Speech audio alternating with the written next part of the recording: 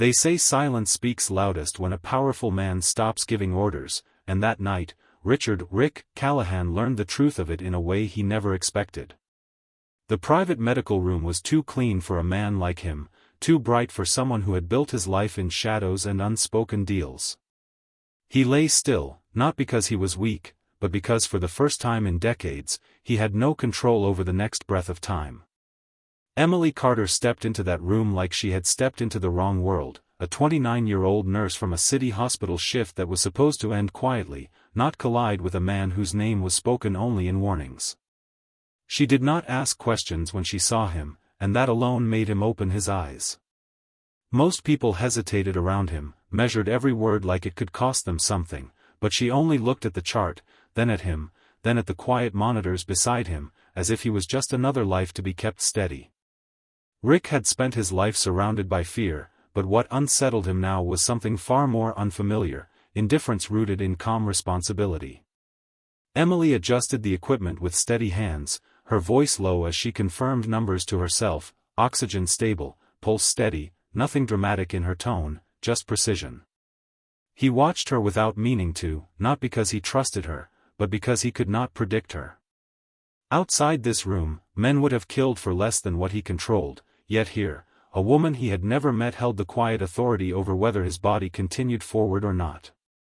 Time felt different in that room, slower, heavier, as if every second was being stitched back together along with whatever invisible damage had brought him here. When she finally spoke, it was not to him, but near him, a simple assurance meant for no one in particular, that he was stable and would recover with rest.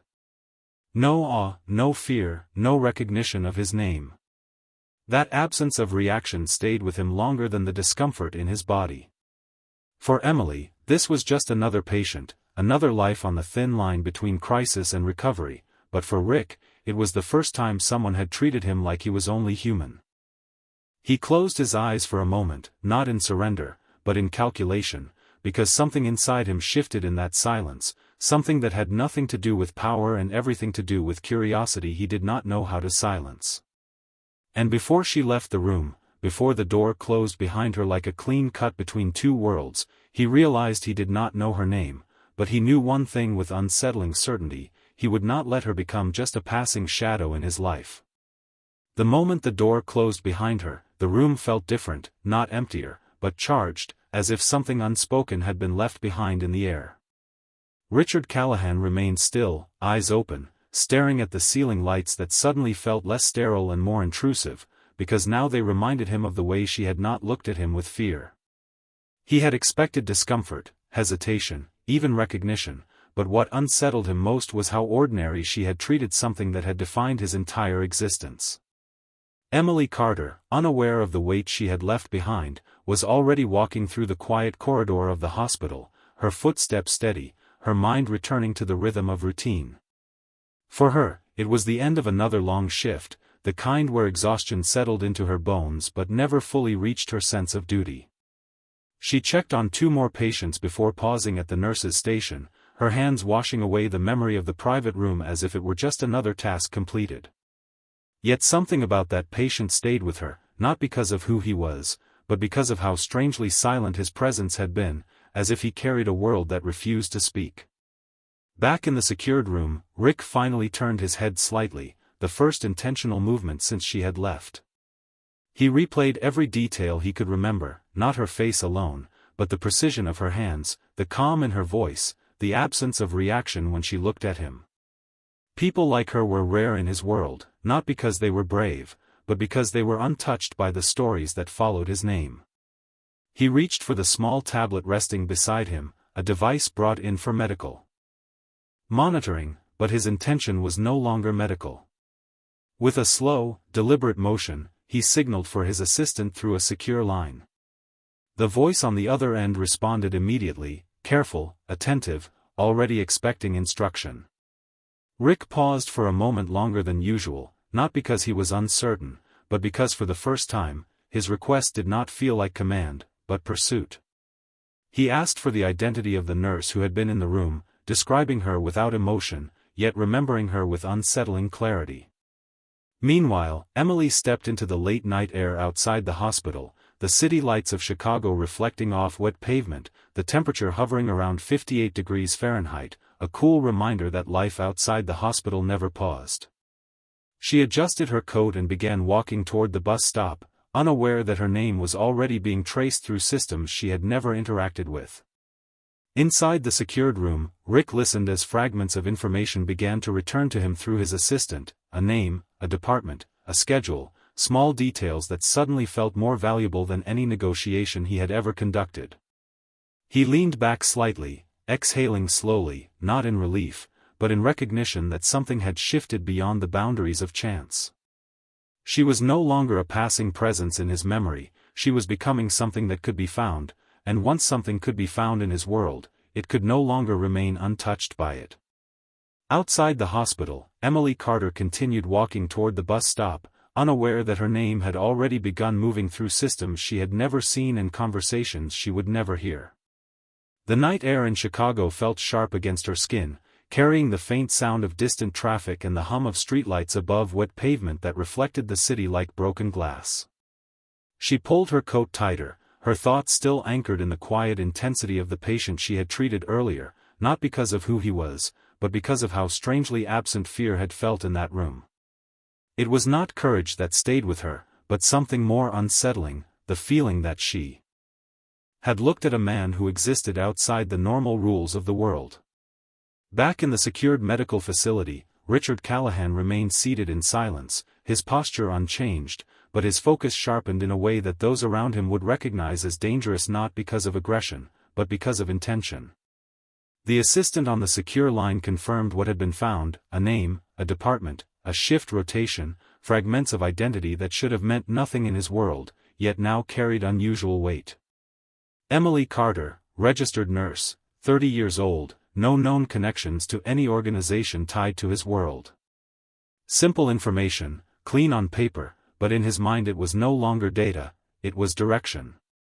He repeated her name internally once, not as recognition, but as confirmation that she was real beyond that single encounter. There was something unsettling about how easily she had walked through his presence without being altered by it. People in his life were usually changed the moment they entered his orbit, either through fear, ambition, or dependence, yet she had remained entirely unaffected, as if none of his history had any meaning inside her reality. That thought lingered longer than it should have. Emily reached the bus stop and stood beneath the faint glow of a flickering light, checking the schedule on her phone as the city continued moving around her. She noticed nothing unusual, only the quiet rhythm of late-night commuters and the occasional passing car, unaware that one of the most powerful men in Chicago was now holding her name in silence. Inside the facility, Rick reviewed the information again, not because he doubted it, but because he was trying to understand why it mattered at all. He had never pursued someone without purpose, every action in his life had been tied to leverage, protection, or control. This was different. There was no immediate threat, no transaction, no obligation. Only memory. The image of her hands returned to him without warning, steady, precise, indifferent to his identity, focused only on what needed to be done. He realized then that it was not gratitude he felt, nor curiosity alone, but a disruption in the structure of how he viewed people. She had treated him like a life, not a symbol, not a name, not a warning. Somewhere across the city, Emily boarded the bus, unaware that her ordinary night had already intersected with something far from ordinary, and that silence, once broken in a single room, rarely stayed contained. The bus moved through the city at a steady pace, its interior filled with the quiet exhaustion of strangers who had nothing in common except the late hour. Emily Carter sat near the window, her reflection faint against the glass, blending with the passing lights of Chicago streets. She leaned her head back slightly, letting the rhythm of the vehicle carry her thoughts away from the hospital, yet the memory of that patient still lingered in a way she could not fully explain. It was not fear, not curiosity, but the strange sense that she had looked into a life far heavier than it appeared on the surface. Meanwhile, in the secured medical facility, Richard Callahan sat alone with the file still open in front of him, but his attention was no longer on the basic information displayed on the screen. Something about the name Emily Carter had begun to echo in his mind in a way that was not logical, not strategic, but familiar in a distant, almost forgotten sense. He had spent decades building a world where familiarity was dangerous, where memory was often a liability, yet now memory was forcing itself forward without permission. He reached for a second file, older, archived under restricted access, something unrelated at first glance, but tied to a network of community hospitals and philanthropic medical funding from years ago, a period of his life when his influence had been redirected through indirect channels rather than open control. As he scanned the documents, his expression remained still, but something inside him shifted when he saw a familiar surname listed among medical personnel connected to one of those programs, Carter. It was not confirmation, only possibility, but possibility in his world was often enough to change direction. Emily, still unaware of this invisible connection forming across distance and time, watched the city blur past her window. She thought briefly of her mother, of late-night conversations about long shifts and choosing work that mattered, but she never considered that her own name might already be part of a story written long before her involvement. The bus slowed at a red light, and for a brief moment, she looked down at her hands, remembering how steady they had been earlier, how naturally they had responded to a situation that should have felt overwhelming. Back in the facility, Rick closed the file and leaned back slightly, not because he had reached a conclusion, but because he understood that something beneath the surface of coincidence was beginning to take shape. He had learned over the years that the world rarely offered random intersections without reason, and even fewer that left him unsettled without explanation. The nurse had not only treated him without fear, she had done so with a familiarity that felt unearned, as if she had stood near suffering before and chosen to move through it without hesitation. That quality was not common, and in his experience, it often came from histories that were hidden rather than absent. He did not yet know what connected her to anything in his past, but for the first time in a long time, he found himself waiting, not for information, but for truth to surface on its own. Outside, the bus resumed its path, carrying Emily further into the quiet night, while somewhere behind layers of systems, memory, and intention, her name had already begun to mean something far larger than she had ever imagined. People often believe that safety is something you feel when nothing is wrong, but for Emily Carter, the next morning began with a quiet sense that something had changed even though nothing in her world looked different. She arrived at the hospital 15 minutes early, coffee in hand, the same routine she had followed for years, yet the atmosphere inside the building felt subtly shifted, as if unseen decisions had already been made before she stepped through the doors. In the secured office across the city, Richard Callahan was already awake, seated at a long dark table with multiple reports arranged in front of him, but his focus was no longer on business operations or territorial disputes. Instead, his attention remained fixed on a single name that had begun to carry more weight than he expected. Emily Carter was not just a nurse in a hospital rotation anymore, at least not in the way his mind was processing her presence. She had become a point of interest that did not fit into any standard category he normally dealt with, and that alone made her significant in ways he did not fully acknowledge yet. Without issuing a direct order, subtle inquiries had already begun moving through quiet channels, not invasive, not disruptive, but precise enough to confirm that her work history was clean, consistent, and unconnected to any known affiliations that would normally draw attention from someone like him. However, what stood out was not what was found, but what was not present, no records of ambition beyond her profession, no entanglement with systems of influence, no history that suggested she had ever interacted with his world in any capacity. Meanwhile, Emily began her shift in the emergency wing, where the morning flow of patients was steady but manageable, the kind of routine environment that required focus but not urgency. She moved between rooms with practiced efficiency, checking vitals, updating charts, offering calm reassurance to those who needed it. Yet in small moments of pause, she noticed subtle differences she could not immediately explain, a reassignment in staffing that placed her away from certain high-risk intake areas, a revised schedule that reduced her overnight rotations, and even a quiet adjustment in supply availability that made her workflow slightly smoother than usual. None of it felt dramatic enough to question openly, but the accumulation of small conveniences created an unusual pattern that did not match the typical unpredictability of hospital operations. Back in his office, Rick reviewed internal logistics reports that had nothing directly labeled with her name, yet the timing of certain adjustments aligned too precisely with her department for him to dismiss them as coincidence. He did not announce his involvement, nor did he acknowledge it to anyone, but systems that responded to his influence had already begun making minor corrections around her environment, not to alter her life, but to remove unnecessary friction from it. It was not protection in the traditional sense, nor control in the obvious form, but something in between that even he would have struggled to define if asked. Emily, unaware of the invisible alignment forming around her daily routine, continued her work, unaware that her presence had already been registered in a world that operated parallel to hers. And somewhere between silence and intention, Richard Callahan found himself doing something unfamiliar, not chasing power, not enforcing control, but observing a life that had unintentionally begun to move closer to his without either of them realizing the direction it was heading. By the time evening approached, Emily Carter had already completed most of her shift, yet something about the day felt unusually structured, as if the chaos she was used to in the emergency wing had been softened at the edges. Fewer sudden admissions reached her section, equipment requests arrived with unusual speed, and even the typical staffing shortages seemed less disruptive than normal. She noticed it, but like most professionals accustomed to unpredictable environments, she did not assign meaning to it. Instead, she focused on her work, on the patients who still needed attention, and on the quiet discipline that defined her routine. Across the city, Richard Callahan remained in his office longer than usual, not because of unfinished business, but because his attention had shifted away from matters that once defined his entire structure of control.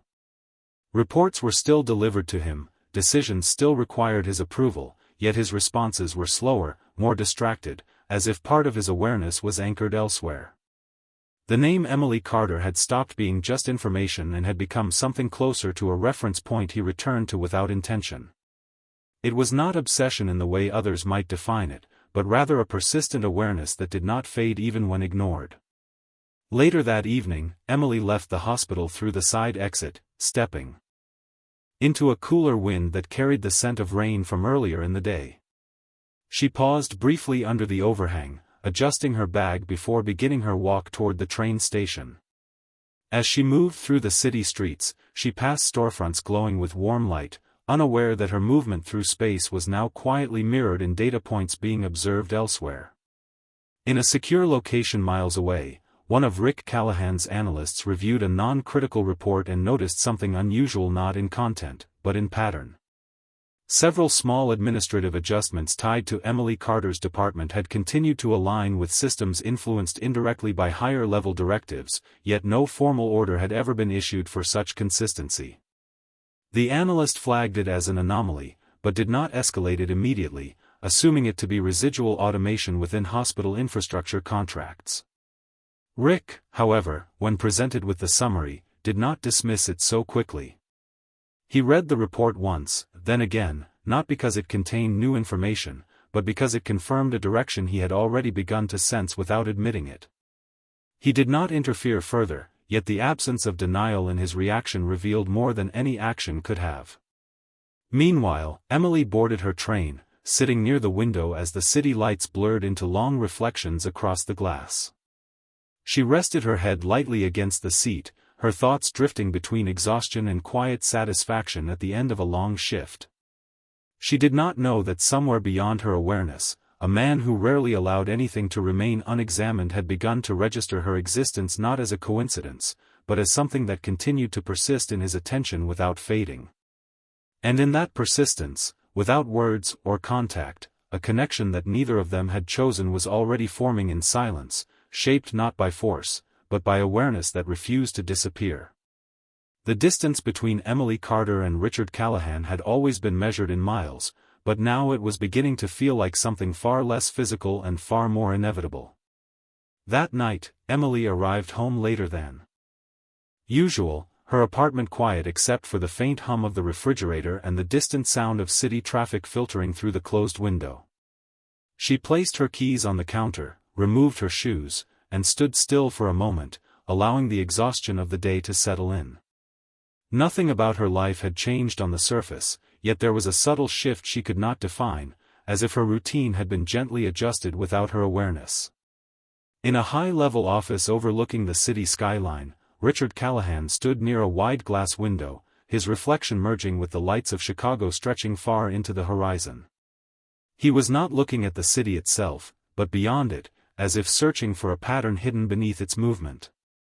The reports on his desk were no longer his focus, and even the constant presence of his advisors had become secondary to something quieter but more persistent. Emily Carter had become that persistence. Not in a way that disrupted his authority, but in a way that challenged the silence he had always controlled so precisely. He had begun to notice something unusual in his own behavior. Small pauses between decisions, moments where his attention drifted without reason toward updates that had nothing to do with his operations. It was not distraction in the traditional sense, but a steady return to a single point of reference that no longer felt optional. Meanwhile, Emily prepared a simple meal, moving through her apartment with mechanical familiarity, unaware that across the city her name had begun to exist in rooms she had never entered. She thought briefly about the patient she had treated days earlier, the man who had looked at her with an unreadable stillness, but she dismissed the thought as fatigue rather than significance. After dinner, she reviewed her schedule for the next day, noting another subtle adjustment in her assignments, still assuming it was part of normal administrative rotation. In reality, those adjustments were not random. They were echoes of decisions made far above her awareness, not designed to alter her path, but to ensure it remained uninterrupted. In Richard Callahan's office, a quiet conversation unfolded between him and one of his senior coordinators. The discussion was professional, structured, and efficient, yet halfway through, Rick interrupted with a question that had nothing to do with business metrics or strategic outcomes. He asked again about Emily Carter's department, not with urgency, but with precision. The coordinator hesitated, sensing the shift in tone, but provided the requested clarification. Rick listened without expression, then concluded the conversation with a simple acknowledgement before dismissing him. Once alone again, he remained still for several moments, not thinking in terms of control or acquisition, but in terms of continuity. There was something about her presence in his awareness that did not diminish with time or distance, and that persistence had begun to challenge his understanding of what was deliberate and what was not. Emily, meanwhile, turned off her apartment lights and lay down, the city outside continuing its endless rhythm without regard for her thoughts. She did not know that in another part of that same city, a man who had spent his entire life ensuring nothing escaped his attention was now quietly unable to let her fade from his. And in that imbalance, something unspoken continued to take shape, not as an event, but as a direction neither of them had chosen, yet both were now moving toward without realizing it. The night after that quiet turning point did not feel different in any visible way, yet something irreversible had already settled into motion beneath the surface of both Emily Carter's life and Richard Callahan's world. Emily woke before her alarm, as she often did after long shifts, but instead of immediately reaching for her phone or rushing into her morning routine, she lay still for a few seconds, staring at the ceiling as faint daylight slipped through the blinds. There was no reason for her to feel anything unusual, and yet a subtle sense of being observed lingered in the background of her thoughts, something she dismissed as fatigue rather than reality. She got up, prepared coffee, and stepped into another ordinary morning, unaware that ordinary no longer fully applied to her situation. Across the city, Richard Callahan stood in a private space within his secured building, not surrounded by advisors or monitors, but by silence he had deliberately chosen. He had spent years controlling environments, conversations, and outcomes, yet now he found himself engaged in something far less defined and far more persistent.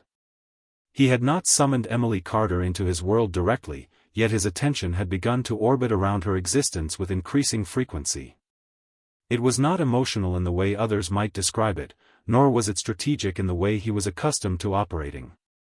It was simply continuity, a recurring awareness that refused to dissolve with time or distance. Later that morning, Emily arrived at the hospital earlier than usual, her steps echoing softly through the hallway as she prepared for another shift. The emergency wing was already active, though not overwhelming, and she moved into her role with practiced efficiency. Patients came and went, conversations were brief, and procedures followed their expected rhythm. Still, in between tasks, she noticed something she could not easily categorize. There was an unusual consistency in how smoothly certain disruptions resolved themselves, as if unseen adjustments were reducing friction around her responsibilities. She did not question it deeply, because nothing concrete demanded suspicion, but the pattern remained quietly present in the background of her awareness. In Richard Callahan's office, a report arrived summarizing operational adjustments across several hospital affiliates connected indirectly to his financial influence. None of the changes were significant on their own, but their alignment with Emily Carter's schedule and department created a pattern that was too precise to ignore completely. He did not react immediately, nor did he instruct anyone to escalate the matter. Instead, he simply studied it longer than necessary, not seeking confirmation, but understanding that the situation had evolved beyond coincidence into something more sustained. For the first time, he did not attempt to categorize it within existing frameworks of control or interest. Emily finished her shift that evening and stepped outside into the cool air, pausing briefly as the sun lowered behind the city skyline. She checked her phone, reviewed a message from a colleague, and began walking toward public transportation without any awareness that her name had already been embedded in systems of observation she had never consented to and would likely never see. At the same moment, Richard Callahan closed the report and looked out across the city from his office window, not searching for anything specific, but simply acknowledging that something had entered his awareness and remained there without permission to leave. And in that silent recognition, without contact or confrontation, the distance between their lives continued to narrow in ways neither of them had yet fully understood, as if the world itself had begun arranging circumstances around a connection that had not been declared, but was already forming nonetheless. It happened without announcement, without disruption, and without any of the dramatic signals that people usually expect when two lives finally cross in a meaningful way. Emily Carter was finishing a routine evening assessment in the recovery wing when a senior coordinator approached her with an unusual request. A private patient required a follow-up evaluation, and her name had been specifically recommended for the assignment due to her prior handling of similar cases. There was no explanation beyond that, only a sense of quiet priority that placed her temporarily outside of her normal rotation. She agreed without hesitation, as she always did, and gathered her chart before walking toward the secured section of the facility where private patients were monitored. At the same time, in a building across the city that did not appear connected in any visible way, Richard Callahan prepared for something he had not formally named as a decision. He did not consider it a meeting, nor an intervention, nor even an outcome. It was simply a continuation of something that had already been unfolding without instruction. For the first time, he did not rely on intermediaries or distance. He arrived at the facility quietly, accompanied by only one assistant, and was escorted through controlled corridors that led toward the same secured wing where Emily was currently reviewing patient notes.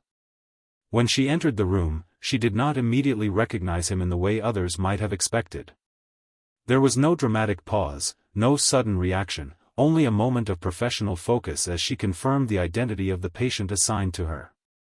Richard Callahan sat near the window, not positioned as a figure of authority in that moment, but as a man who had chosen to be present without structure or barrier. The silence between them was not empty. It was full of memory, even though they had never truly spoken before. Emily stepped forward, maintaining her professional composure, and began her assessment with steady precision. Her voice remained calm, her attention directed at the medical details in front of her, unaware that the man she was treating had already spent considerable time observing patterns in her absence.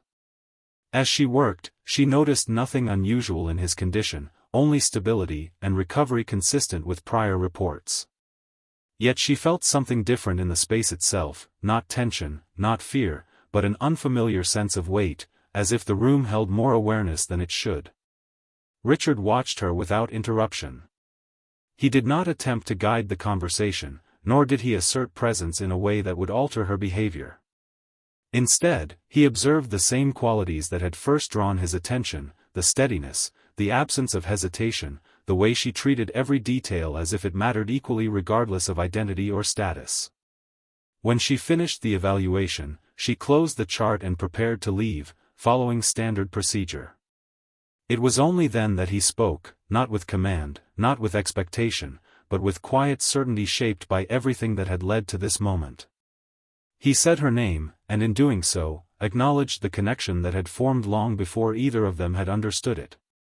Emily paused, not out of fear, but out of recognition that something in this interaction did not belong to routine or coincidence. She turned slightly, meeting his gaze directly for the first time outside the boundaries of medical protocol. There were no declarations that followed, no immediate conclusions, only the simple understanding that the distance between their worlds had already been crossed in ways neither of them had controlled. And in that quiet recognition, without resolution or separation, the moment settled into something that neither silence nor authority could fully contain, leaving what came next unwritten but no longer uncertain.